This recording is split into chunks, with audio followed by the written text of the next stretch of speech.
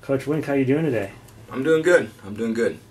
Welcome to my fancy office. It's beautiful. I can't stop looking around. It's hard to focus on this interview.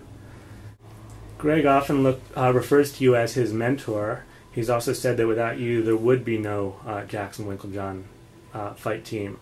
How does it feel to be known as, the glue behind the glitter? Yeah, the glue behind the glitter. You know what? Greg's a glitter for a big reason. He's a smart guy. He understands strategy and he lives it. He just sits down and lives it. He's that guy. So that's important. Come on in. My office. Hola, ¿cómo va você? Tudo bem? Give me a second, Diego. Yeah, I'll be done. Diego. I'm sorry, I thought you said come in. No problem, no problem. Diego ran down making a cameo. We'll get more from him in a few weeks. Anyway, you were talking about... You know what? Craig's very good at what he does, and I like the way we work. We work as a team, and I'm more behind the scenes. I kind of enjoy it that way, but I get to fine-tune a lot of skills that the guys have, and because Greg goes out and about and talks to everybody, and he's got the reputation, I'm honored. I get to work with the best fighters in the world. Jackson said that it was you who played a big role in finally convincing him to corner Jon Jones against Rashad Evans. I'm curious to know what you said to Jackson. You know what? I was always going to corner Jon, because I've been working with Jon from almost day one here, and Rashad had left camp, and Rashad is actually cool with that. We've spoken many times, and he's got no problem. He understands everybody's out to make a living and do their thing, and we've got a good rapport. But he upset me in that he kept throwing Greg under the bus. Enough's enough. You have your disagreements. I understand that, but there's more important things out there, and it's time for Greg to work in Jon's corner. Jon's here every day, helping everybody else out, and Jon's that guy. I mean, he goes out of his way to help everybody here at the team. So I told Greg, work his corner. I want to go back to Jon Jones' fight against Lyoto Machida. Really close first round. I'm wondering how you scored that first round, and were you worried at the end of the first round?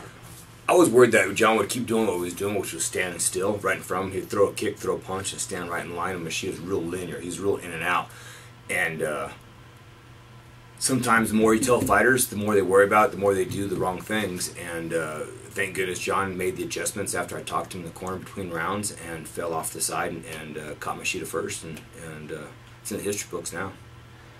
It is in the history books now. I am curious if you scored that round and how you had that. I had Jon edging the round. Machida hit him with a couple shots, but other than those couple shots that were counterpunches, which didn't phase Jon, Jon was starting to pick him apart from the outside. So everything was working except for being in the way of the counter shots. Close round.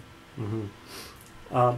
Rashad's style is not very similar to Lyoto's, other than the fact that he is very explosive getting inside and closing the distance. Is that something that you're worried about or working on? Well, I think that's one of Rashad's best weapons, that and being pretty heavy when he's on top. I trained Rashad for years, so I think he's explosive. I know he's got the one-punch knockout, so I'm worried about that. And being heavy on top. With that being said, he's not going to get him. We understand what Rashad needs to do, and Jon's a great student of the game, and he's not going to get beat in this fight. And is it hard now, game planning against someone who you consider a friend? No, it's actually kind of exciting. It's not that hard at all. Everybody's got a job to do at the end of the day. It's not life or death. I mean, I know people can get hurt, but I work with Jon Jones now. And Rashad had left. I still consider him, someone that I'd welcome in my house. But Jon's the guy that I hope I keep training for the rest of his career. With Rashad, I know he's going to do some things, and I see it playing out a lot like the Rampage Jackson thing, where Jon's going to impose his will, and he's going to start picking Rashad apart. Rashad's going to have a very hard time closing the gap. My job is to have Jon's footwork, his levels, and his striking in such a manner that Rashad can't get there, can't take him down, can't be heavy. But we're prepared for that as well, and Jon will come out on top. It's going to be great. What do you think of the odds? About 5-1 for Jon Jones. Do you think that's fair? Yeah, I think that's fair. I think everybody's seen what Jon's done to everybody else in the division, and with the odds that way, that someone's there to make some money on Rashad getting lucky, but him getting lucky, I think the odds are much worse for him than they're playing out right now.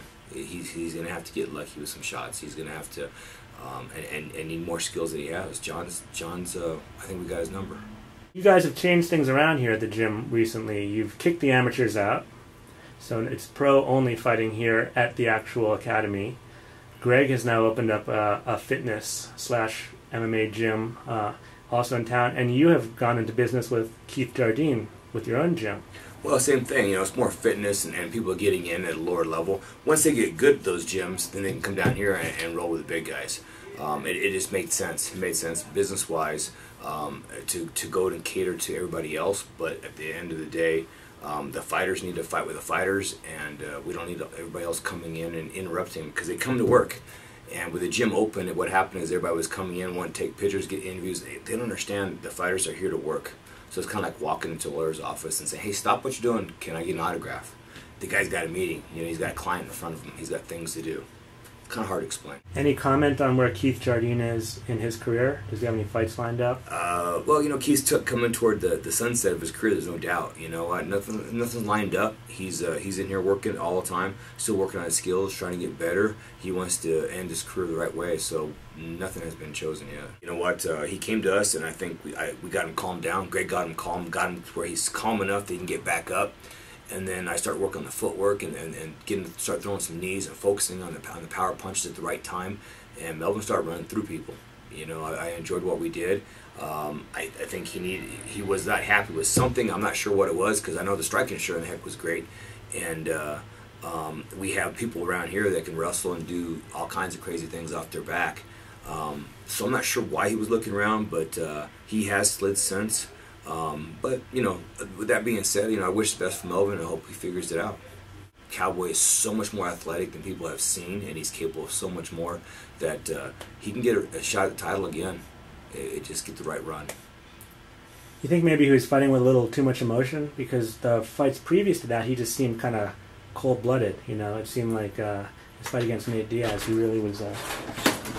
Yeah, I think so. A lot of emotion what he was doing. There's no doubt about it. He went to beat Nate at his own thing. So someone's here to clean the gym. Sorry. But hello. Hi. But he went to beat Nate at his own thing probably a little bit. But I don't think so. I think it was just one of those bad nights because Cowboy can move his head. He can slip punches. It's just one of those days that he just took punches and decided to stay there. And he had been kicked in the face by a horse too a couple fights back. That worried me 2 fights ago. I didn't know it was still going to affect him in this fight. He never complains about it, but I know it hurt him. It just depends on what it is. Jon Jones got great footwork, but he's got the length to do different things. John Dotson used his speed in his footwork to gain small angles and knock people out now. He was always just throwing punches and bunches, but now he's getting incredible footwork that way. Probably Little John's probably got the best. Diego Brandao starting to understand how to hunt people. He's still open on some things. Carlos Condit definitely picked up on footwork needed to beat Nick Diaz easily in their fight. So everybody has it's a little different. My footwork's a little different depending on the styles that are out there fighting and what my guys can or can't do. Well, I appreciate the time, Coach Wink. Thanks for having me, Ari. Yeah. Got some great fighters, much more interesting than me. So come back and talk to the fighters. Come in. Come in. Hey, give me a few minutes, Tim. Let me finish this up and we'll watch.